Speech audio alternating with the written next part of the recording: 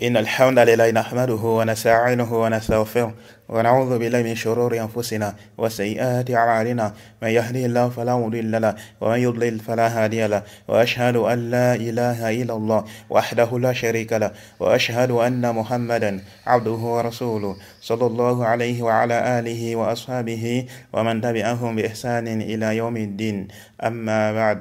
Donc on continue avec la suite de la série intitulée Dévoilement des mensonges et des tromperies d'Abou Muslim Safir Roro. Et cette fois-ci on va rentrer dans le 5e audio Bi'idhni Ta'ala. Alors dans la suite de son 38e cours, qui est un cours de tafsir, qui s'intitule Le danger des trois tawhid innovés par Ibn Taymiyyah Rahimallah, Tawhid Rububiyya, à partir de la 21e minute 22e seconde jusqu'à la 22e minute 18e seconde, Abou Muslim dit ceci. Dans le monde arabe, il y a beaucoup de cas, et c'est ça pour ceux qui ne sont pas au courant, il faut qu'ils le sachent, il y a beaucoup de cas d'apostasie dans le monde arabe, et surtout même en Arabie et les pays comme ça. Il y en a beaucoup, d'accord? Pourquoi? Parce que comme on t'a toujours appris que tu dois croire, parce que c'est écrit dans le Coran, mais quand, surtout à notre époque, parce qu'il ne faut pas oublier que il fut un temps, il n'y a pas si longtemps, le marxisme, le communisme, il dominait la moitié du monde. Et le marxisme, il consiste à dire que Dieu n'existe pas. C'était ça le communisme, d'accord? Et au même moment, on enseignait les enseignements d'Ibn Taymiyyah pour dire non, c'est pas la peine de prouver l'existence de Dieu par la raison. Nous, on est croyants comme ça. Vous voyez un peu la problématique, où est-ce qu'elle se pose. D'accord? Voilà ce qu'il nous dit. En réponse, il dit, premièrement, c'est où la preuve que dans le monde arabe, il y a beaucoup de cas d'apostasie. Et c'est où la preuve que surtout en Arabie Saoudite, il y a plusieurs cas d'apostasie. C'est où? Tout ça, ce sont des affirmations gratuites. Je peux venir dire que dans tel milieu, il y a beaucoup de cas d'apostasie. Mais c'est où la preuve? Et il n'y a aucun doute qui est en train de mentir. Il n'y a aucun doute qui est en train de mentir. Dire qu'en Arabie, il y a beaucoup de cas d'apostasie. Il n'y a aucun doute que c'est un mensonge. À moins que quelqu'un, il ne connaît pas l'Arabie. Déjà, l'Arabie n'est pas comme l'Égypte. L'Égypte, le shirk est répandu. Le shirk est répandu, contrairement à l'Arabie où le tawhid est enseigné en détail. Hein? Même dans les écoles, même auprès des enfants, les usul même, les fondements des gens de la sunna, on enseigne là dans les différentes écoles de l'Arabie. Et au point même les enfants même, vous allez même voir, vous allez voir, on publie même, il y a certains mecs qui publient même certaines vidéos de certains enfants, on leur pose certaines questions en rapport avec la croyance, avec le tawhid, avec le shirk et autres là, et ils répondent.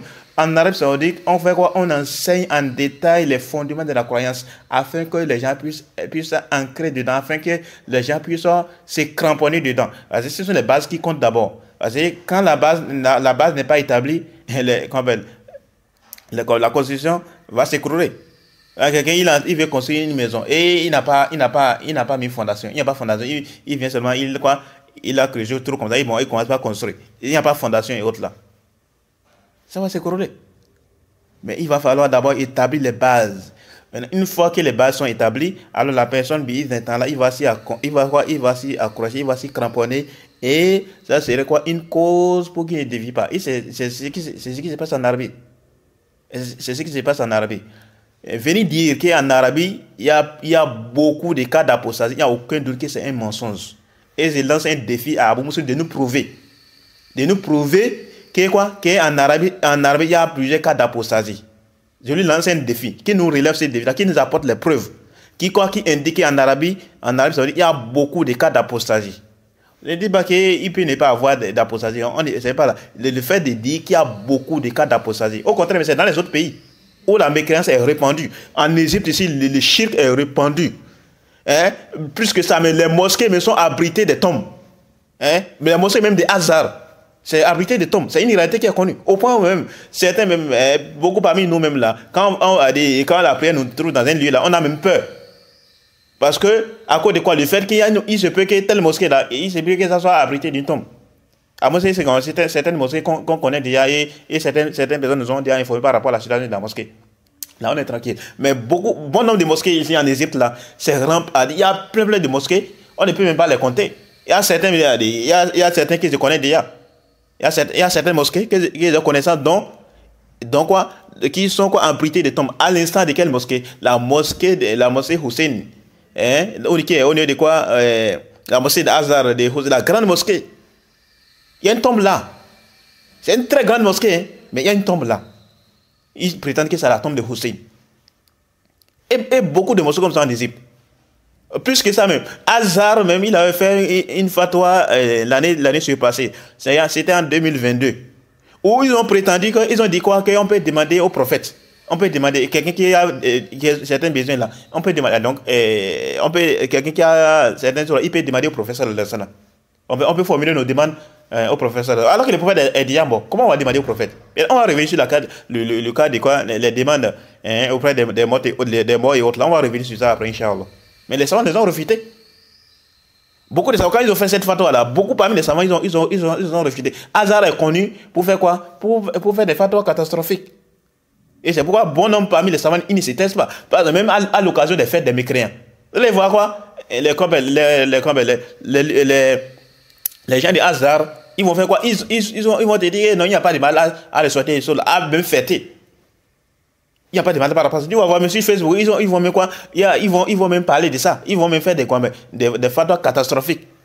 Donc, ils sont eux qui sont en train de quoi? De propager la mécréance. Contrairement à l'Arabie, où l'Arabie dénonce les différents cas de mécréance. Ils ne se taisent pas. Donc, normalement, là où il devrait y avoir plus d'apostasie, ça serait où? Ça serait en Arabie, où les enseignements sont exposés en détail. Pas du tout. Donc, maintenant, je lui lance un défi de nous prouver qu'en Arabie, il y a plusieurs cas d'apostasie. Qui nous prouve ça? Qui nous apporte les preuves? Et il y a certains frères qui, j'ai du mal à comprendre certains frères en fait. Il y a certaines personnes, ils ont une haine à l'égard d'Arabie Saoudite, subhanallah. Une haine injustifiée. Et ils sont prêts à toute information qui concerne l'Arabie Saoudite et qui est en rapport avec les critiques là, même si c'est faux là, ils vont approuver ça. Combien d'informations fausses les gens propagent à l'égard d'Arabie Saoudite, que l'Arabie Saoudite, ils ont ouvert concert, des musiques, ils ont dit quoi, l'alcool, maintenant ils ont ouvert un truc de l'alcool, maintenant, des fausses informations seulement. Des fausses informations seulement. Mais étant donné que quoi, qu'ils ont dit que l'Arabie Saoudite a ouvert maintenant sur la c'est fini, les gens ils sont en train de quoi, ils sont en train de l'Arabie Saoudite, tu vois ça sur les réseaux sociaux, ils sont en train de prendre les informations auprès des mécréants. Déjà même, Allah nous a informé de quoi? Quand l'information nous parvient de la part d'un pervers, il faut vérifier l'information. Que dit donc d'un mécréant? Après, il faut tes raisons. Est-ce qu'il y a pire perversité que la mécréance? Non. La pire des perversités, c'est la mécréance. Et donc, si Allah nous informe de chercher, de vérifier l'information qui nous vient de la part d'un pervers, alors, après, il faut tes raisons, l'information qui nous vient de la part de qui? De celui qui a quoi? La pire des perversités. Et on a des gens qui sont en train de quoi? Ils sont en train de batailler seulement sur les réseaux. Oh non, là, vous avez fait ça, là. Et quand ils vérifient attentivement, tu vois que c'est des mensonges seulement. C'est des mensonges seulement. Il y a des cas comme ça. C'est comme ça, comme également l'autre là, l'autre là, Ayman Théer. Les gens de l'innovation, en fait, ils sont connus pour mentir seulement. Le mensonge, ça fait partie de leurs emblèmes. C'est comme ça, Ayman Théer, il a dit quoi? Que 90%, mais 99% des Saoudiens, ils suivent la pornographie. Il avait dit ça dans une vidéo. Est-ce qu'on peut douter de la fausseté d'une telle information? On ne peut même pas douter. On ne peut même pas douter. Mais tu vas voir, il y a des gens qui vont croire à ça. Tout simplement parce que, quand il s'agit maintenant, quand il s'agit d'autres pays là, il ne faut pas quoi agir comme ça. Il y a une information qui vient. Quand il s'agit d'un autre pays en dehors de l'Arabie Saoudite, tu vas voir, la manière de se comporter là, ça serait différente de la manière qui se comporte à l'égard des fausses informations qui circulent à l'égard de l'Arabie Saoudite. Le seul pays qui défend les tawhid dans la c'est quoi? C'est pas l'Arabie Saoudite. Tous les autres pays là, tous les pays islamiques là, Aucun parmi eux ne défend les valeurs d'islam plus que l'Arabie Saoudite. Après, il y a les gens qui vont parler, oh non, avec de quoi, les pactes qu'ils ont fait avec les Américains et autres, là, ils vont rentrer. Et tu vas voir, quand tu observes ces gens-là, les gens qui vont s'infiltrer par rapport à la politique saoudienne, là, tu vas voir que ces gens-là, même là, ils ont même des problèmes chez eux. Ils ont même des problèmes d'abord dans leur religion. Et c'est une réalité qui est connue. C'est une réalité qui est connue. C'est une réalité qui est connue. Encore qu'il y a une manière de se comporter par rapport aux dirigeants. Est-ce qu'on a le droit de venir critiquer les dirigeants? Non. Ça fait partie des emblèmes des Ikhwan, des Khouari. Ça fait partie des fondements qui font en sorte que quoi? Ça fait partie des choses qui font en sorte que tu sors du cercle des gens de la Sunna. Les critiques à l'égard des dirigeants. Mais comme aux yeux des musulmans, tu vas voir, ils vont s'asseoir dans les mosquées, ils sont en train de parler sur les dirigeants, particulièrement les cas de l'Arabie Saoudite. Oh non, l'Arabie Saoudite, ils ont fait ceci. Oh, non, ils sont des hypocrites. Oh, on a des... Ils ne comprennent pas dénigrer cela. Alors que c'est le seul pays qui applique la charia d'Allah. Quand quelqu'un il dévie dans un soula, on lui applique la charia. On ne blague même pas avec ça. Il y a un frère, c'est l'un des étudiants qui était ici en Égypte. Et quelques temps après, Allah subhanahu wa ta'ala l'a facilité, il a bénéficié de la bourse. Il est parti en Arabie. Il est en train d'étudier là. Il est en train d'étudier là maintenant. Le frère, qu'est-ce qui s'est passé? Il était venu en 2022. Il était venu passer les vacances ici. C'était en août. Et on échangeait. On était ensemble et on n'a pas échangé. On a échangé plusieurs fois sur certains sujets. C'est là il m'a dit qu'il va parler de quoi, du cas de ce qui s'est passé en Arabie Saoudite. Et il a dit quoi, qu'il y a un cas comme ça en Arabie Saoudite. Il y avait un frère pour montrer que en Arabie, il a dit, au sud de la charia d'Allah subhanahu wa ta'ala, on ne blague pas avec ça en Arabie Saoudite. Il y a même les savants ne blaguent même pas avec ça. Et les dirigeants aussi ne blaguent pas avec ça. Il a dit quoi, qu'il y a un frère étudiant du Cameroun qui était en train d'étudier en Arabie, à Médine. C'est là il a fait quoi? Il a pratiqué le sihr, la sorcellerie.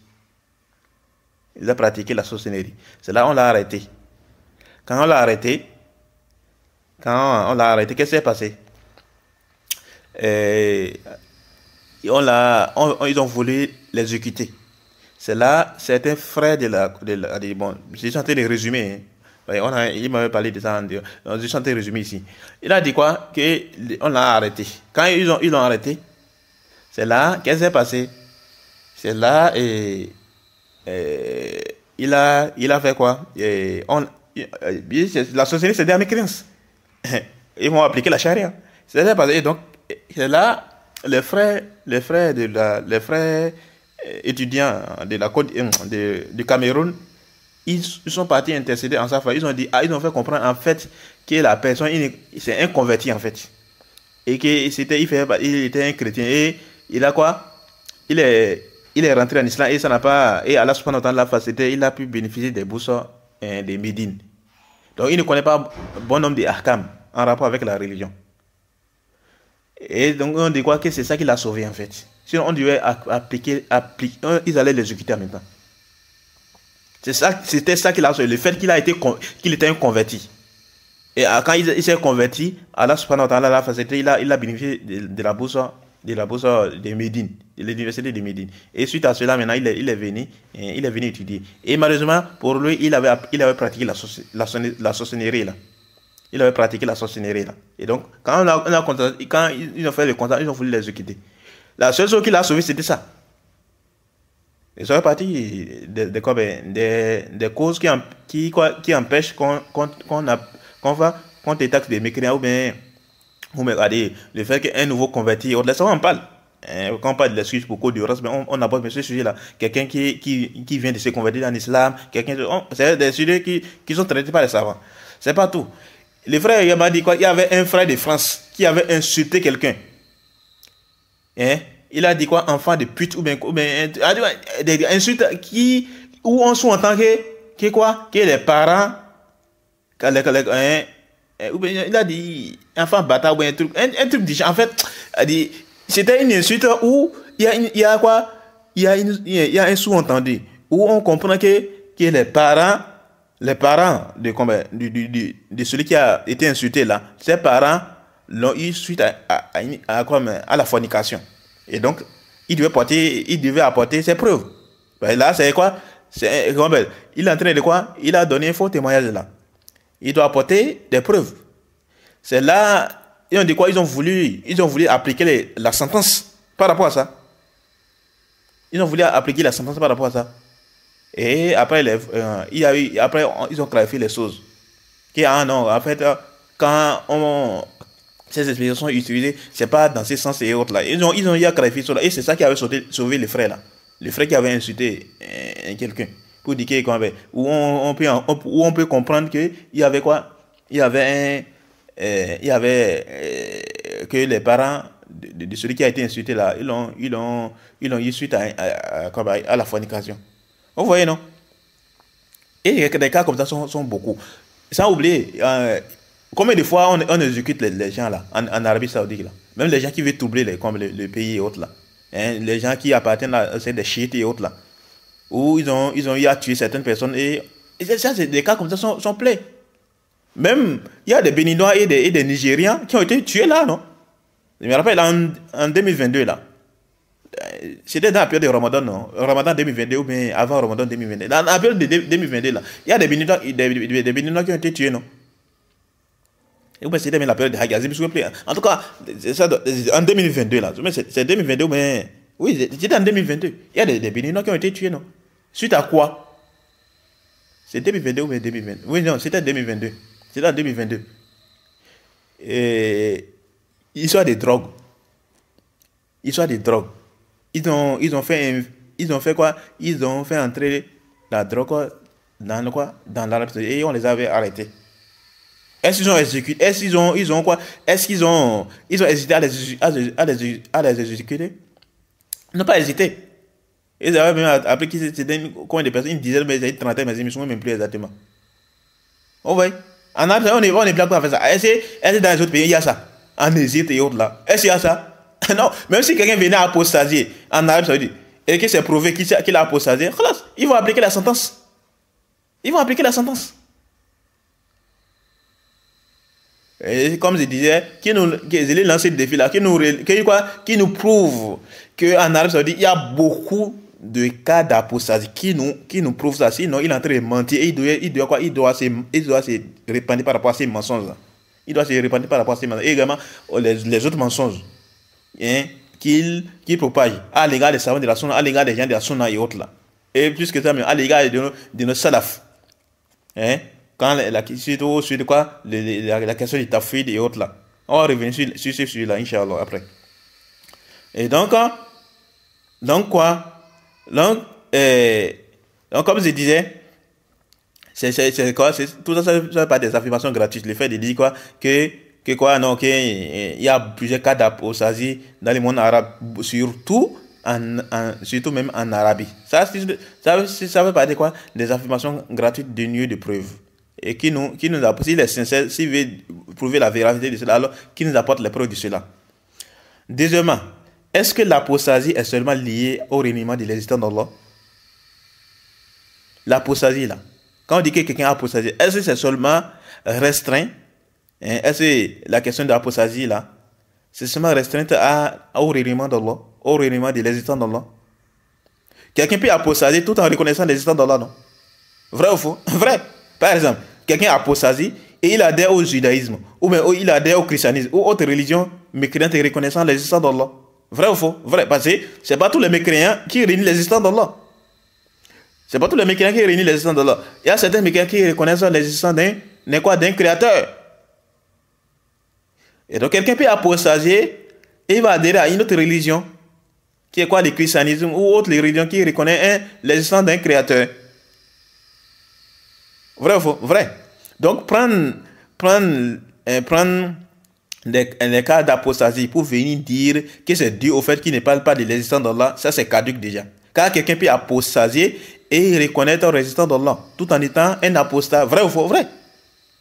Dans les régions où les gens apostasient là, Quelqu'un peut apostaser et quand il a apostaser, il est devenu, il était musulman. Et après, il a quitté l'islam pour aller dans une autre religion. Comme par exemple, il est rentré dans le christianisme, ou bien dans le quoi, ou bien dans le judaïsme ou autre religion.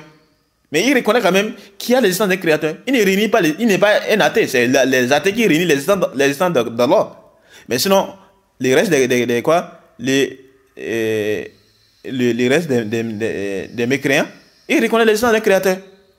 Qui a un être suprême qui est quoi, qui contrôle cet univers et autres là. Ça, c'est une réalité qui est connue. Donc, quelqu'un peut apostaser, il va quitter l'islam pour adhérer à une autre religion qui n'est pas l'athéisme ou même qui n'est pas le communisme ou autre là. Il va adhérer à quoi? Il va adhérer à cette religion mécréante tout en reconnaissant l'existence d'un créateur. Alors, ça montre quoi? Prends ça comme argument, le fait de venir dire qu'ils ne parlent pas de l'existence d'Allah, c'est pourquoi ils ont apostasé. Ça, ça fait quoi? Ça détruit ça. Pourquoi? Parce que quelqu'un peut apostaser et reconnaître l'existence d'Allah. Et tout en reconnaissant l'existence d'Allah. Non, le problème est où par rapport à ça? Lui ne renie pas l'existence d'Allah. Quand il dit le problème est où par rapport à ça, c'est pas ici sur la question de l'existence d'Allah. Donc, la personne est devenue mécréante, et il reconnaît l'existence d'Allah. Maintenant, si toi tu dis que les gens, telle personne a apostasé parce qu'on ne lui parle pas de l'existence d'Allah. Et la personne qui a apostasé, lui, il reconnaît toujours l'existence d'Allah, malgré qu'il a apostasé. Parce que l'apostasé n'est pas seulement restreint à quoi? Au règlement de l'existence d'Allah. Quelqu'un peut apostaser et il va faire quoi? Il va toujours reconnaître l'existence d'Allah. Sauf qu'il a adhéré à une autre religion. Parce que pour lui, peut-être qu'il croit que l'islam c'est n'importe quoi, qu'il voit l'islam là, c'est le terrorisme et autres là. Et moi je préfère quoi? Suivre le christianisme, ou bien je préfère suivre le judaïsme ou autre là. Mais je reconnais quand même l'existence d'un être suprême qui est Allah subhanahu wa ta'ala et autres là. Vrai ou faux? Vrai, ça peut se passer, vrai ou faux? Ça peut se passer. Donc, venez dire que quoi? Les gens apostasie du fait que on ne parle pas de l'existence d'Allah, ça c'est caduc parce que quelqu'un peut apostaser et il va toujours reconnaître l'existence d'un créateur. Vous voyez, non? Troisièmement, ceux qui suivent les enseignements d'Ibn Taymiyyah, ce sont-ils à l'égarement des communistes et des marxistes et autres là? Évidemment que non.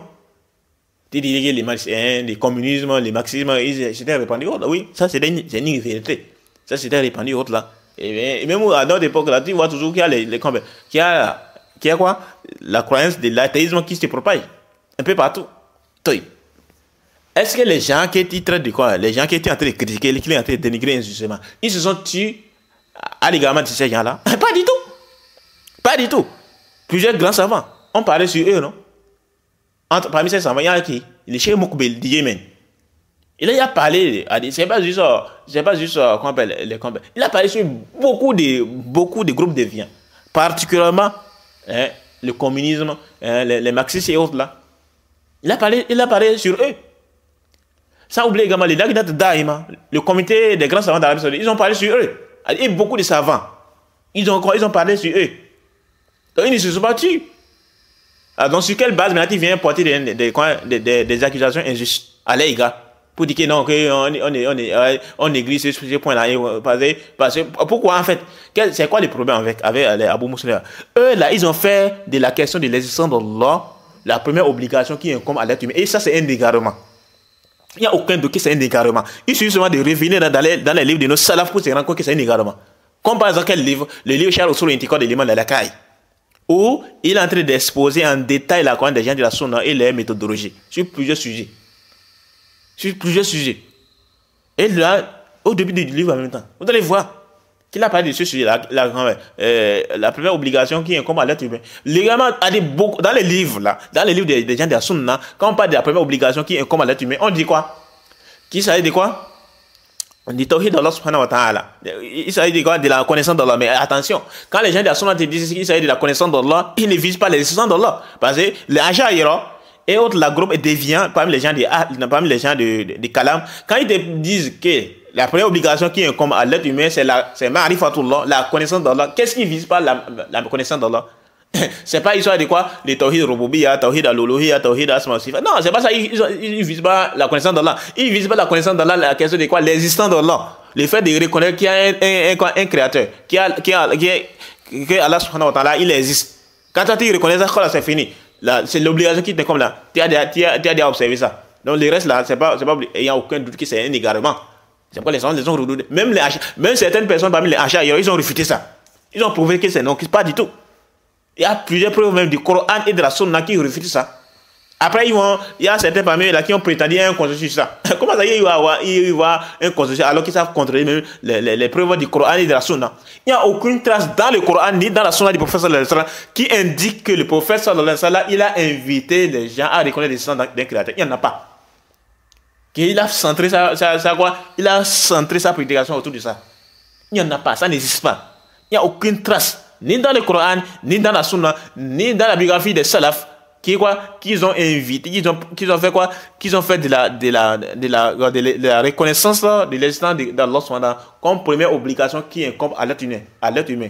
Ça là, c'est quoi? C'est légalement des achats, des Mu'tazila et autres là. Ce sont eux qui ont dévié dans ce chapitre là. Vous voyez, non? Et les gens de la Sunna, bien qu'ils parlent de la question de l'existence d'Allah, mais ils ne disent pas que c'est la première obligation qui incombe à l'être humain. La première obligation qui incombe à l'être humain, c'est le fait de quoi? De reconnaître qu'Allah, c'est lui seul qui mérite l'adoration. Et on doit adhérer à cela, obligatoirement. C'est le but pour lequel le prophète a été envoyé. C'est le but pour lequel les autres prophètes ont été envoyés. C'est le but, c'est la raison pour laquelle le prophète a fait quoi? Il a établi le djihad. Et également, quand il a envoyé Muaz il a dit quoi? Les hadiths c'est connu, non? Que la première des choses à laquelle tu les invites soit quoi? La ilaha illallah. Qu'ils attestent qu'il n'y a aucune divinité qui met l'adoration si ce n'est Allah. Et que Mohammed est le Messiah d'Allah. Plus que ça même, on dit quoi? Le premier pilier d'existence c'est quoi? C'est la ilaha illallah, non? L'attestation des foi. La ilaha illallah Mohammed Rasulullah. La ilaha illallah c'est quoi? La ma'bouda bihaqqin illallah. Si c'est le premier pilier de l'islam, la ilaha illallah qui est le premier pilier si c'est ça qui est le premier pilier de l'islam. Alors ça veut dire quoi? La ilaha illallah c'est pas le fait de reconnaître l'existence d'Allah. Non. La ilaha illallah c'est pas quoi? Reconnaître qu'Allah existe. Non. C'est pas ça la ilaha illallah. C'est pas ça l'essence de la ilaha illallah. Bien qu'on peut dire que dans la ilaha illallah, il y a la question de l'existence d'Allah, mais c'est pas ça son sens. C'est pas ça son sens. Son sens c'est le fait de quoi? De vouer les différentes formes d'adoration à Allah uniquement et exclusivement. En dehors de lui, aucune autre divinité ne mérite une quelconque forme d'adoration. Si tu voues une quelconque forme d'adoration à autre Allah, tu es venu contredire les messages de la ilaha illallah. Et c'est d'ailleurs ce que les prophètes sont venus pour combattre. Mais ils ont fait de l'existence d'Allah, le fait de reconnaître l'existence d'Allah comme la première obligation qui t'incombe. Ça même, mais le premier pilier de l'islam, c'est quoi? Comme j'ai dit, c'est l'attestation de foi. Et c'est pas là. Le point n'a pas dit quoi? Que le premier pilier de l'islam, c'est quoi? Parce que quand Gibril est venu pour poser des questions au prophète là, les hadiths de Gibril, les 40 hadiths Nawawi, les 2 hadiths. Gibril a dit quoi? Akhbirni anil islam.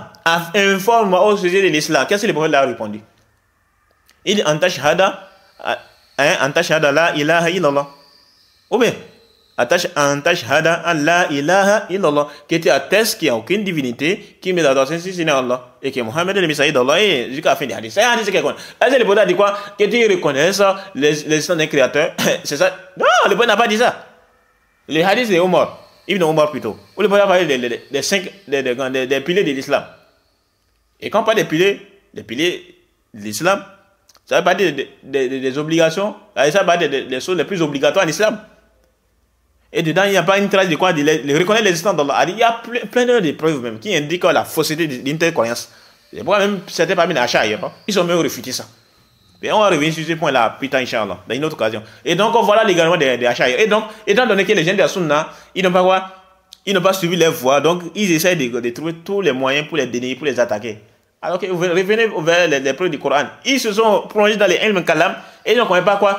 Pas trouvé la croyance musulmane au sein de la communauté. Après, ils ne connaissent pas quoi? Pas attaquer les gens dans son injustement. Donc, il va falloir que vous arrêtez ça en fait. Ça ne sert à rien. Donc, comme je disais, les gens de la Sunna, ils ne se sont pas tués par rapport à l'égarement des communistes, des athées et autres là. Ils ont quoi? Ils ont parlé sur eux. Il y a des livres qui ont été écrits, il y a des fatwas qui ont été émises, il y a des audios où il y a des résultats par rapport à ça. Il suffit de revenir pour se rendre compte que c'est un mensonge qui a beaucoup en train de lancer à l'égard des gens de la Sunna, particulièrement des gens d'Arabie Saoudite. Vous voyez, non? Quatrièmement, est-ce que l'apostasie est seulement dans le monde arabe? comme je dis. Non, c'est pas dans le monde arabe. L'apostasie est un peu partout dans le monde. L'apostasie est un peu partout dans le monde. Peut-être que je vais choquer certaines personnes. Il y a un tablier qui a apostasie. Oui. Le tablier, il y a un tablier qui a quitté la religion islamique. Et le tablier là, je le connais très très bien. Vous avez discuté même avec lui. Et je lui avais dit quoi? Je lui avais montré, je lui avais parlé de l'égarement des tabliers et autres là. Il s'était entêté. Je lui avais parlé de ça en 2016. C'était en 2016. 2016, qu'il avait parlé de ça. Il s'était entêté. Il voulait, 2016, la période de 2017, là, on avait parlé de ça. C'était un tablig. Un tablig. On a parlé. Il ne voulait pas comprendre. Après, il l'a laissé. Et en 2020, j'ai appris. Non, c'est pas en 2020, c'est en 2022. Et en 2020, il l'avait vu. Et il avait vu un changement en lui. Il dit, oh, c'est toi qui a changé comme ça. Il dit, non, il faut laisser, c'est une longue histoire. Mais il dit, ok, je n'ai pas voulu parler. Et au dernier nouvelle, en 2022, j'ai appris par le biais d'un frère qu'il a apostasé. Et il a même commencé par évangéliser les musulmans pour qu'ils viennent dans le christianisme. Eh oui, un tabligh. Les tablighs, je le connais très bien. Après, maintenant, il y a l'un de ses amis là, avec qui il communiquait et quand ils étaient des étudiants. Et maintenant, quand il a apostasé là, il a commencé par évangéliser. Et toute personne qui venait débattre avec lui là, il bloquait la personne seulement. Mais avec le frère avec qui ils ont étudié là, bon, ils s'entendent un peu, ils s'entendent bien. Donc, qu'est-ce qui s'est passé? Donc, il échange parfois avec le frère et il a commencé par évangéliser le frère. Il a commencé par, c'est pas seulement le frère, hein. Apparemment, beaucoup de personnes, apparemment. Et il a commencé à attaquer. Mais ok, non, votre prophète là, il a commencé à attaquer les prophètes là. Sérieusement. Bon, quand j'ai vu les conversations, j'étais étonné. Alors, les gens m'ont dit qu'il a apostasé. Voilà, j'ai pas cru. Et les frères, quand les frères m'ont dit, j'ai pas cru. Donc, les gens avec qui il était quoi? Il était proche, je les ai contactés pour avoir confirmation. Et ils m'ont confirmé. Après, qu'est-ce qui s'est passé? Après, maintenant, il était en train d'attaquer les frères par rapport à certains versets du Coran et autres là, pour dénigrer les prophètes, pour dénigrer l'islam et autres là. C'est là maintenant qu'est-ce qui s'est passé? Maintenant, le frère m'a mis en contact avec lui. On n'a quand même pas échangé. Subhanallah. Et la personne, il est plongé dans beaucoup d'ambiguïté. Si Allah ne le sauve pas, c'est comme ça qu'il va mourir. Qu'Allah nous préserve. C'est un tabligh. J'ai dit bien un tabligh. Un tabligh. Il était connu pour faire des sorties et autres là. À l'époque là, il disait quoi aux gens qui ont talim les dimanches. Il disait ça en temps. Moi j'ai connu la personne en 2015. Je l'ai connu en 2015. Oui, c'était 2015. Oui, c'était en 2015. Ou bien bon, je l'ai connu la période de quoi? 2014, fin 2014, en janvier là. J'ai dit janvier, excusez-moi. En décembre, fin décembre, c'était la période de 30-31 et début janvier là, dans la période là. Donc la première semaine de quoi? De fin décembre et début janvier. Fin décembre 2014 et début janvier 2015. C'est la période que je l'ai connu. Les tabliers là. Et je les connaissais bien. C'était quelqu'un qui disait qu'il y avait des assises les week-ends. Il était à Calavi. Après, il allait à Cotonou. Il a apostasé. Au point, quand j'ai informé certaines personnes, ils ont dit, mais les frères me demandaient, est-ce que tu as les nouvelles de telle personne? Il n'a plus de cette nouvelle. Je crois que la personne, maintenant, il serait maintenant avancé et autres là. Après, quand j'ai dit à ses frères, la personne a apostasé, la personne est devenue chrétien. Tout le monde était étonné. Toute personne qui apprend que la personne a apostasé, il s'étonne. Toute personne qui apprend, toute personne qui connaît très bien cet tablier-là et qu'ils ont appris que la personne a apostasé, ça de quoi? Ça le surprend. Il ne s'entendait pas à ça. Alors tu vas dire quoi par rapport à ça? Et il y a plusieurs cas comme ça. C'est pas juste ce tablier-là. Il y a plusieurs cas comme ça. Bon nombre parmi les musulmans qui ont apostasé. Certains sont devenus quoi? Pire que les gens qui reconnaissent l'existence de Dieu. Donc, c'est pas en Arabie Saoudite, il y a eu des cas d'apostasie. Il va falloir que vous arrêtez ça. Sans oublier qu'il y a des livres qui ont été écrits, bon nombre parmi, sur l'histoire de quoi, là, les gens qui réunissent les existants d'Allah et autres là. Il y a des livres qui ont été écrits. Il y a le cheikh là, le cheikh là, le cheikh, excusez-moi, le cheikh Assadi, l'auteur du Tafsir, l'auteur des Minas Salikin, qui a écrit des livres pour faire quoi? Pour réfuter les athées. Il y a également l'autre là, l'auteur des His Muslims, les soldats des musulmans. Il a écrit un livre, comment faire la dawa à un athée. Hein? Il y a des livres qui ont été écrits pour réfuter l'athéisme et autres. Il y a plein de livres qui ont été écrits, on ne peut même pas les dénombrer. Parmi les gens, pas les gens de la Sunna, les livres qui ont été écrits par les gens de la Sunna. On se rend compte que quoi? Les gens de la Sunna ne se taisent pas légalement. Légalement des gens. Toute personne qui est dévie de la vérité, que la personne soit quoi? Que la personne soit dans la religion islamique ou bien que la personne devienne apostate ou bien que la personne soit un musulman de base, il ne se taise pas. Il le réfute. Sans oublier, même quand on va revenir même dans les livres d'Ibn Taymiyyah, on va se rendre compte que Ibn Taymiyyah a réfuté plein de personnes. Parmi les gens qui regardent. Et on va regarder, on va même se rendre compte qu'Ibn Taymiyyah a même réfuté même les athées. Il faut seulement revenir. Dans ce livre de réfutation, Ibn Taymiyyah a réfuté toutes les sectes qui existaient à son époque. Il n'a pas laissé un. Les phalasiques, les philosophes, il les a tous réfutés. Même il a tout réfuté en fait. Quelles sont les sectes qui sont dans l'islam et les autres qui ne sont pas dans la religion islamique, il les a tous réfutés. C'est pourquoi ils tous sont unis. Pourquoi? Sur un point important qui les concernant, c'est quoi? Le fait d'attaquer Ibn Taymiyyah. Ils sont tous d'accord, ils sont tous unis, comme disaient les gens les grands savants, parmi les gens de la Sunna, les Cheikh Mohamed Aman al-Jami, tu vas voir les innovateurs, les gens des faux, ils vont diverger sur plein de sujets. Mais sur un point là, ils sont unanimes. Quel est ce point là? Le fait de s'unir pour attaquer les gens de la Sunna. Ils sont prêts à ça. C'est une réalité qui est connue. Donc, en résumé, ça c'est un mensonge à l'égard des gens de la Sunna. Qui est en train de propager. Et particulièrement à l'égard de l'Arabie Saoudite. Et comme je l'ai dit, de nous prouver par les preuves par les preuves qu'en Arabie, il y a plusieurs cas d'apostasie. Il y a plusieurs cas d'apostasie.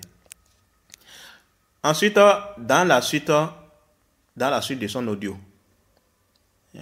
dans la suite de son cours, qui est le cours, toujours le cours 38, à partir de la 23e minute 40 secondes jusqu'à la 24e minute 44 secondes, il dit ceci.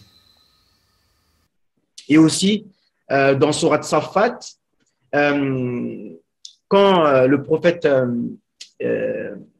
comment il s'appelle déjà? Ilyas, il a dit à son peuple, أتدعون بعلا وتذرون أحسن الخالقين الله ربكم ورب آبائكم الأولين فكذبوه.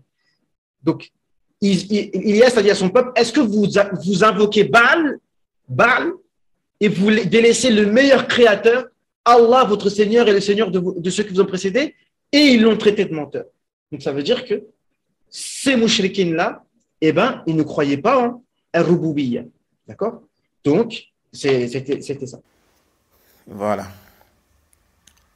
Alors, en réponse, il dit, premièrement, le contexte indique même le contraire. Le prophète Ilyas les a invités à l'adoration d'Allah. Et non, à reconnaître quoi? La Rububiyya d'Allah. Le prophète Ilyas n'a pas invité son peuple à reconnaître qu'Allah existe. Il n'a pas invité sa communauté à reconnaître que quoi? La Rububiyya d'Allah.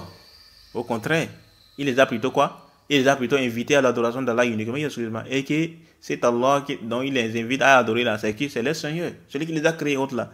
Et c'est là ils ont fait quoi? Ils ont démenti. C'est ce qui indique le contexte même de la sourate. Il faut regarder, même toute la sourate même. Quand on lit, on va se rendre compte de cette réalité là. On va se rendre compte de cette réalité là. Soyez attentifs. Dans la sourate Safat, c'est quelle sourate? C'est la sourate 37 du Coran. On va juste lire cette partie là. Ok? Et alors, soyez attentifs. C'est à partir de. On va tout lire. Ou bien, peut-être on peut lire, c'est pas un problème. Alors, soyez attentifs.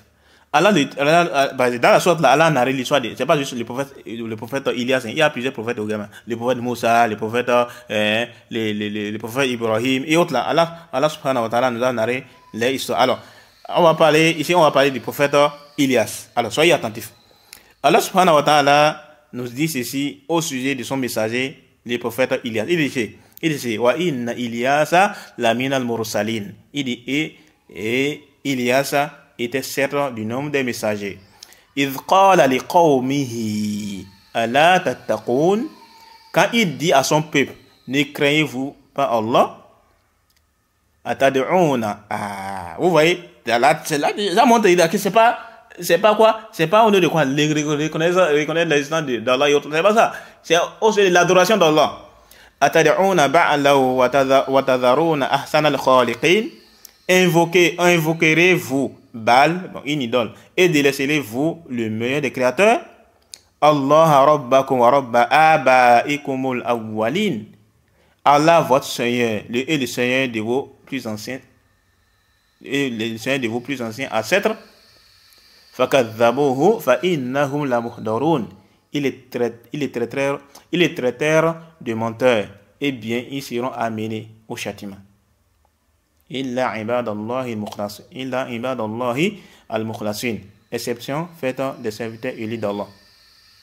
Wa tarakna alayhi fil akhirin, et nous perpétuons son renommée dans la prospérité. Salamun ala Iliasin, salamun ala excusez-moi, Allah dit salamun ala Iliasin, paix sur quoi, sur Ilias et ses adeptes.